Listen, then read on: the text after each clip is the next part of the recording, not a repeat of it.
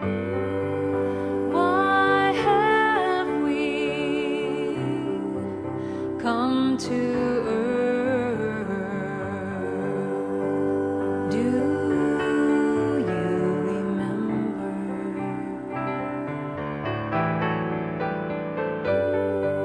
Why have we taken birth? Do you remember? Good morning. I had the pleasure last night of my first visit to the Rizzi Ranch for a Nourishing Our Community event. I'm still stuffed and perhaps operating a little slow today because of that, but we'll see if that wisdom still does come through, even if it comes through more slowly. So our talk topic today is empowering words. The reading from Emma reminded us when she says there's something about reasoning about the presence of God and telling of the character of God, that's the words, which makes any cure affect every other need of the patient besides just what we're doing for the bodily cure. So our empowering words branch out, they ripple out, they have a rippling effect. When you empower yourself with one set of words, they ripple into every area of your life. And so it's important to be aware of the words that we speak, and are they taking us where we want to go? Ernest Holmes in the Science of Mind textbook starts off as saying, the starting point of all creation is the word of spirit. The word is the concept, idea, image, or thought of God. It is the self-knowing mind speaking itself into creation, into manifestation. The word back of everything is its initial cause. So our word creates our reality. Our capital W word is how he uses that. Our word creates our reality. And it causes us, of course, right away to start thinking, ooh, what have my words been lately? And what have I been creating with my words lately? Which is a great question to ask. The other question that we sometimes get is, but I get things in my life that I never spoke. I never used words for to create in my life. I have things like sickness, I have things like financial lack, I have things like relationship difficulties. I didn't sit there and go, I want those. Anybody besides me? You know? So how do I create? If it's not completely that way, how do I create? And right after that Science of Mind paragraph that I just read, he goes on to say the term thought seems to mean more to us than any other term in this connection. It seems to cover the meaning better, for we know thought is an inner process of consciousness.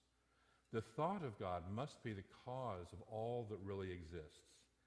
So it's not what I say, and we'll talk about that in just a minute, it's what am I thinking?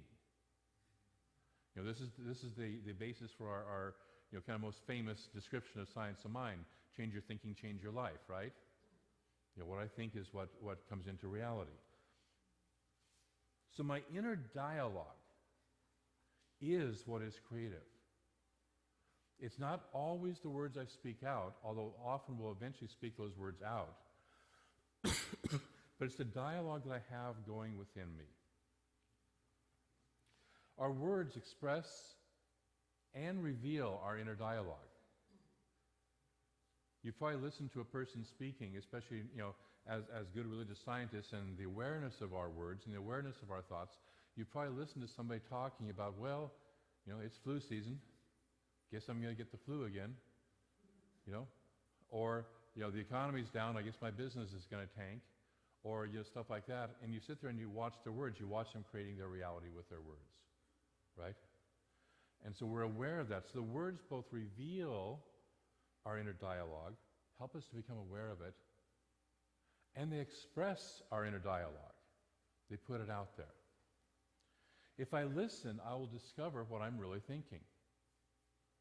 But sometimes that can be a little challenge because my normal thought pattern is my normal thought pattern. It's been creating the same thing over and over again.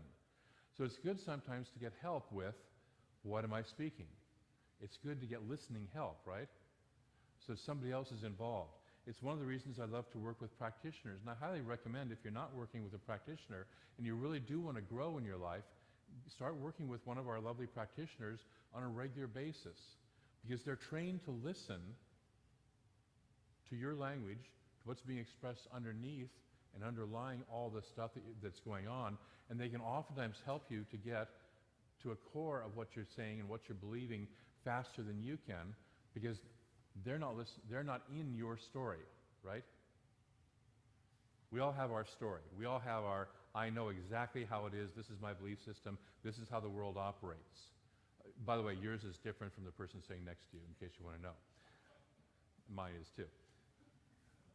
So if we start to listen to somebody who's a trained listener, which is what a practitioner is, they can help you to identify what is it that's really going on, what is that inner dialogue that's limiting you, that's producing the same result over and over and over again that you don't like. So that's one of the ways to do it. Doing exercises that help us to think. Those of you who have been in classes with me or workshops with me more especially know that I do exercises or processes to help surface what am I really thinking? What is it that I'm really conscious of? I see Christine there, and we did something like that yesterday with the intentions retreat. You know, and in our relationship class, we did that. I see one of the people from relationship class right there. We did that, you know, the last couple of weeks. Is what is it that I'm really thinking? What is it that's really going on? So we can bring it up to the surface. And lots of times in religious science, we say, well, I don't want to talk about that. I don't want to think about that. I'm only supposed to think positive. But the thing is, if you got some stuff going on underneath that you're not aware of, it's still operating. You know, it's like a virus on your computer. It's good to know that it's there, right? Right? Okay. And bringing it to the surface doesn't give it any more power. It's still there operating, whether you know about it or not. Knowing about it, you can start to do something about it. And so that's why we look at what is the underlying dialogue. Another wonderful way of doing that is to journal and to look at your journal and to ask, what is it that I'm consistently writing here, and what is it that I'm consistently believing? My favorite question for myself is, knowing that the universe always says yes, what did I just ask it to say yes to that produced this mess in my life? Okay? What did I just ask the universe to say yes to? Because that's all it's ever doing. It's just saying yes. I must have asked or directed it to do something that I didn't like in my life at some, of course, unconscious level. And so how can I surface that? How can I bring that forward? How can I bring that up? So those are some of the processes that we can use to start to reveal our own inner dialogue. Words reveal our inner imagery, because what's more important even than our words is our images. The mind thinks in pictures. If I ask you if I say, imagine your car. Imagine the front door of your house. Imagine a dog. Do you see the word car, door, and dog, or do you see your car, the picture of your car, the picture of your front door, and the picture of a dog, right? You see the picture, right? I hope. We see the picture. So when Ernest Holmes uses the term thought, he uses the term thought and image interchangeably. What is our imagery? What are the pictures that I'm feeding into my mind, and what are the images that I accept from my subconscious and from out in the world into my mind? It's one of the things I'm always careful of is what images I let in. You know, those disaster movies where there's always the end of the world happening? You know, we had one, what was it, 2012, I think, a couple of years ago, and you know, all that stuff. I don't watch those movies. I don't want those images in my mind. Even when I'm seeing the trailers on TV coming across, it's like change the channel or look away or, you know, mute the thing or something. It's like, I don't need that imagery in my mind. There's enough fear-based imagery going on in the world that we don't need to add to that. So the images I feed my mind and the images that I dredge up from my unconscious mind are what create my reality. It's the giving and receiving of the mind, if you will. Ernest says our physical body is like other physical manifestations. The idea of body is an image derived from the fountain of all ideas. See, there's an infinite number of ideas of body available in the universe, right? We talk about the infinite potential of God. We choose one, consciously or more likely unconsciously, and continue to choose it out of that infinite potential of imagery that's available to us. You do this with house, you do this with partner, you do this with work, you do this with every single aspect of your life. Out of the infinite possibility, we choose one and claim it as ours and allow it to show up in our life. He goes on to say the form is a materialization from the substance of all ideas. The form is a materialization from the substance of all ideas. So we hold the imagery in our mind until it manifests, until it precipitates and becomes the form that we have. Change your imagery, change your life. Okay? Genevieve Barron, who those of you who've taken Prosperity Plus know has written the kind of the guidebook that we use in that class, talks about the exercise of visualizing. The exercise of the visualizing faculty keeps your mind in order and attracts to you the things you need to make life more enjoyable in an orderly way. Now, in an orderly way, what she's talking about is that if we're consistent in our imagery, if we're consistent in our visualization, we get a consistent result. But most of us, as she says, she compares it to a slide projector, and we're constantly projecting one slide, and the next slide, and the next slide, and the next slide, and one is of disaster and worry and fear, and the other one is of what we really want, and then we go back to disaster, worry, and fear, and then we spend a few moments visualizing what we want, and it's like the mind doesn't know exactly what it is that we're asking it to do. Anybody else's mind work that way besides mine? Yeah. So it's to start to claim that as an orderly process, as an orderly fashion, to where we have the discipline to hold the image in place and to start to work with it on a consistent basis to where it really becomes our imagery. And that takes kicking out what we don't want out of our minds. That's the tough work. Okay? So worry is our favorite version of negative imaging. Worry is using this wonderful visualizing capacity of the mind to create what I don't want. So what do I expect? When we look at some of what's expected as our race, as our the country, the world, whatever, we look at the worry that we carry around politics, the 1%, drought, Obama taking over the country. If it wasn't Obama, it'd be somebody else. That's not politics. Our economy, our world climate problems. We hold all this negative imagery around all this stuff. And as long as we're sitting in worry, we're not sitting in solution. As long as we're sitting in worry, we're not sitting in solution. On our personal level, we oftentimes have all this negative imagery about not enough money, old age, Alzheimer's, job, loneliness. Breathe. Take a breath. Move that along. So the question then, when you catch yourself doing that, are what are more effective images that I could hold instead of that one? Because the truth is we all worry, okay? Let's just admit it. Unless there's a saint out here who doesn't, but I do, and most of us do. What it is can I catch myself when I'm worrying and say, wait a minute, I want to replace that image with something else. And then start to say, what is it that I want instead? And start to say, you know what, that's what I'm putting my energy into. I'm going to put my emotional energy, my gut energy into that image and make it happen. And again, that's the hard work. Some of you know that my favorite Raymond Charles Barker little reading here, I'm going to use my glasses to do that because my body image says I need cheaters at the moment. I'll work on that. In my years of counseling, I have found that only those who really want what they want enough to decide that they shall have it will get what they want. Got it? The others mutter at me that great statement, with God all things are possible.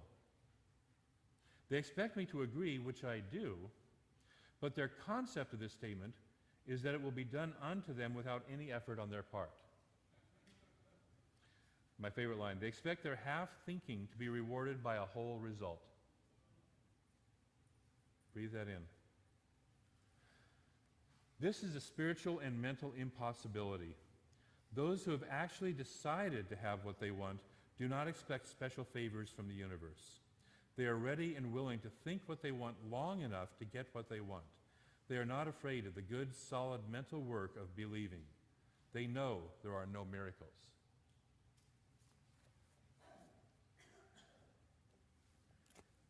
And by a miracle in this case, he means things operating outside the law. There's a way and a process the universe works. And we have to do the wonderful discipline of working that universe that way, working in alignment with the universe. Mary Morrissey talks in the very first Prosperity Plus program of a guy who walks into a bank and he wants to cash a check. And the teller says, well, just sign the back of the check and I'll give you the cash. And he says, well, no, I don't want to do it that way. I want you to give me the cash and then I'll sign the back of the check. And she goes, well, we don't do it that way. Nobody does it that way. And he says, but if I sign the back of the check first, you'll have my check and you might not give me the cash and you'll just keep it and steal the money for your own. And she says, well, sir, you're going to have to just trust that I don't do that, and sign the back of the check or we're not going to give you the money. They go at it for a while and the guy finally walks away and he says, I'm going to find somebody who will give that to me. Goes on to the next bank, has exactly the same discussion with exactly the same result, walks out of the bank, walks to a third bank. And he goes into the third bank and it has the same discussion with the teller, and the teller finally gets frustrated with the guy, and this is before the days of glass windows and all like that, reaches under her stall, pulls out a plastic baseball bat, whacks the guy over the head with a baseball bat and says, sign the damn check. He signs the check, hands it over, gets his money. He goes back to the first bank and he goes, at that bank, they gave me my money. And the teller goes, well, yeah, but I'll bet you still had to sign the check first. He said, well, yeah, I did, but nobody explained it to me the way that she did. We have to work with the laws of the universe.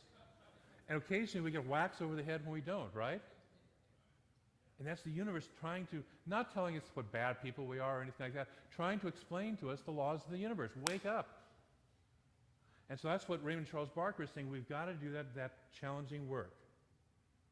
So we've got to take the time to see the images we want, to use the words we want, to use our words in an imagery in a way that's empowering to us rather than disempowering to us.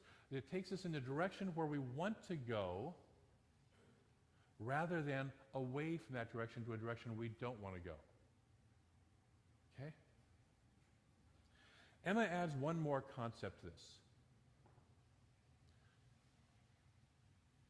What she says is, if words do not cure, she's talking about curative words, or using herbs or using any other practice, but she says if words do not cure unless we have faith in them, then faith is the curative principle and words are nothing. So that brings us to the last component of this part of what we're looking at. See, I can have wonderful, beautiful imagery, but do I have faith in what I'm looking at? Do I have faith that it's going to manifest? Do I actually believe it? See, I can visualize myself in a Ferrari. It's so easy to do. That nice, supple leather, cruising down the road with that nice V12 engine purring along. Just, girls looking at me. All that stuff. Don't tell Cynthia I said that, okay, please? That won't be in the second service. Cruising down the road. I can visualize all that stuff. Do I believe I can actually afford a $250,000 Ferrari at the moment? No, I don't. I don't have that kind of faith yet.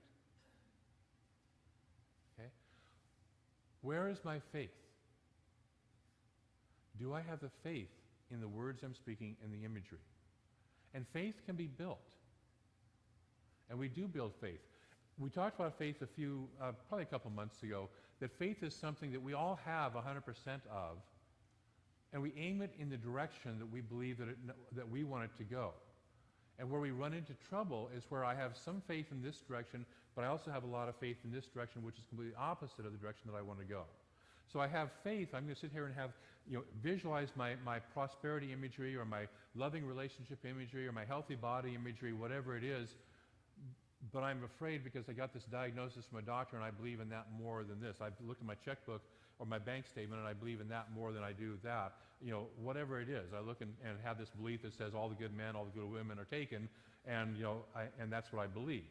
Okay, so where do I put my faith, and can I direct it 100% or at least 80 or 90% in the direction that I want to go? Where is my faith? And so it's important for us to be building and directing our faith where it is that we want to go. And that's when you finally get an understanding that we live in a universe that loves us, that is for our good. There's no withhold in God. God is not sitting there going, well, you get some good and you don't. Okay? There's an Old Testament thing about that, but that's not, we don't believe that God, okay? That's not my experience. That's not the experience of most mystics. That's not what Jesus taught. God works the same way for everybody all the time. It works the same way all the time. If I'm not getting the result I want, then I'm creating the result that I am getting through the conscious or unconscious use of principle. And what I need to do is diagnose and be aware of, and that's where, again, where a practitioner is fabulous for that. How am I out of alignment with that, and what do I need to do to come into alignment? And so it's changing my words, it's changing my imagery, and it's having absolute faith in the direction that I want to go, and building that faith and building that faith. And one of the ways that I remind myself to build faith, because I sometimes have in the past believed in a universe that, God's got it out for me. Okay, bless me, Father, I have sinned. I have believed in that. And I have to remind myself that, look, no, that's not the truth. There is no universe like that. And when I start to become aware of that, and start to become aware of my role in creating the results that I've already created, I start to have faith in the results. Even if I have faith in the fact that I created some results I don't want, but once I realize, hey, I created those, if I can create those, I can create where I want to go. Because the principle works no matter which way I aim it. Now I'm going to aim it where I want to go. So doubt is belief in evil, which is a separation from good. And we're never separate from good. We're never separate from God. So this week, I'm going to invite you to do 3 things. Number 1, listen carefully to your words. Pay attention to your words. Every once in a while I'm sitting in the relationship class, the intentions class, and we get some sharing going on, and somebody speaks something out that reveals kind of an underlying belief system that's not necessarily healthy in the direction they want to go. And I call them on that just out of love, for say, is that really what you want to put into the universe? Is that really what you want to put in your conscious mind and direct it? So are you speaking, you listen to your words, am I speaking what I truly want? Am I speaking what I really want in my life? So that's your first assignment. Listen carefully to your words. Secondly, pay attention to what you're thinking and imaging. Again, are you visualizing what you truly want? If I spend a lot of my time in worry, I'm not visualizing, hopefully you're not visualizing what you truly want. Okay? And catch yourself and change it. And then finally, generate that faith in and the faith of God. Generating faith is like building muscle. You don't have to do it all overnight, okay? The first time you go into a gym, you don't walk up to the bench press and say, I can do 500 pounds and go like that, because you're probably going to get hurt, right? You do it gradually, you do it gently.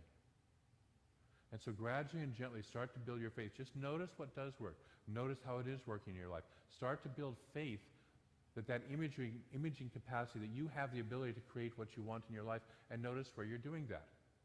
And build faith in that process. So you build faith in yourself and you build faith in God. One of the things I always like to remind myself when I'm stuck on that is there's only one life. When I start believing in something other, I keep reminding myself, wait, there's only one life. And the nature of that life is good. The nature of that life is health. The nature of that life is abundance. The nature of that life is love. The nature of that life is creativity and wisdom. Whatever it is that I want to embody, I remind myself, wait, there's only that one life, and I'm one of it. Because there's only one life, guess what? I'm part of it, right? You're part of it.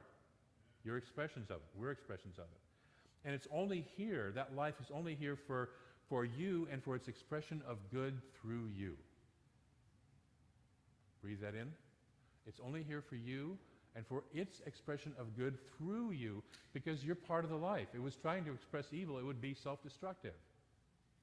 It would be hurting itself. So it's only here for you and to express its good through you. And so then it becomes, am I willing to align myself with it to receive that? And to do that mental work of pulling my mind into alignment. Because we've all been pulled out of alignment throughout experiences in our lives. Am I willing to pull my mind back into alignment with that? So that's your homework this week. Is that good for you? Okay. Closing with a quote from, Is there a class? There could be. I would be sitting with a practitioner after this. Or making an appointment. A double-minded man gets nowhere. How true this is. Double-minded. I'm going this way and I'm going this way. A double-minded man gets nowhere. God can give us only what we can take. And since the taking is a mental act, we can take only what we believe we already have. Now I want to tell you, because you can't see this, I'm just reading this to you.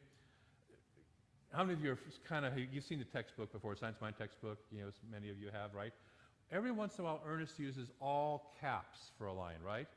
You kind of get the impression it's important.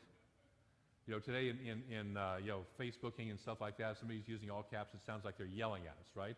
We have that interpretation. So here's the all caps out of that statement. God can give us only what we can take. We can take only what we believe we already have, ! All caps. God can give us only what we can take.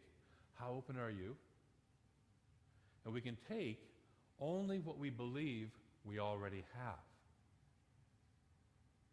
And you sit there and go, well, wait a minute. Have you seen my checkbook, David? Have you seen my diagnosis from my doctor? Have you seen my lack of love life or my relationship problems or whatever? I don't have that.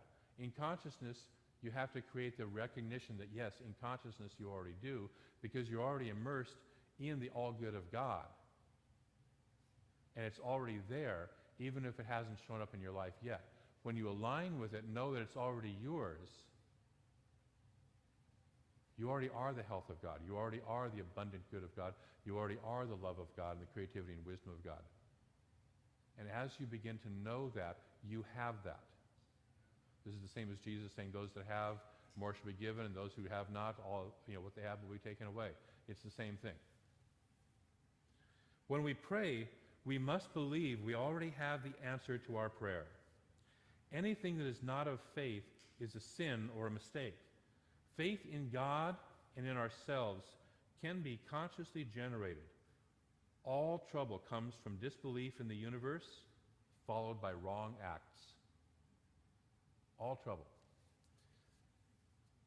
So I'm going to invite you to step into that faith in the universe. Step into that trust that the universe is in a conspiracy for your good. Breathe that in. Silently say it to yourself.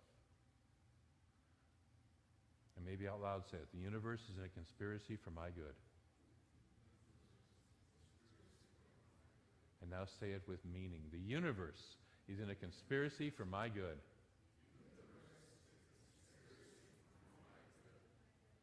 And notice if you have any little mind chatter that comes back and goes, wait a minute, but, that's what you want to deal with. Thank you very much for surfacing. Let it be on its way out, because the truth is that the universe is in a conspiracy for your and my and our good. Let's pray. So I recognize in that awareness that there is only one infinite presence, only one life. That life is for itself. That life is always expressing for more and more and more of its own nature of good. And that life is infinite. That life is infinite possibility, unbound by what has come before.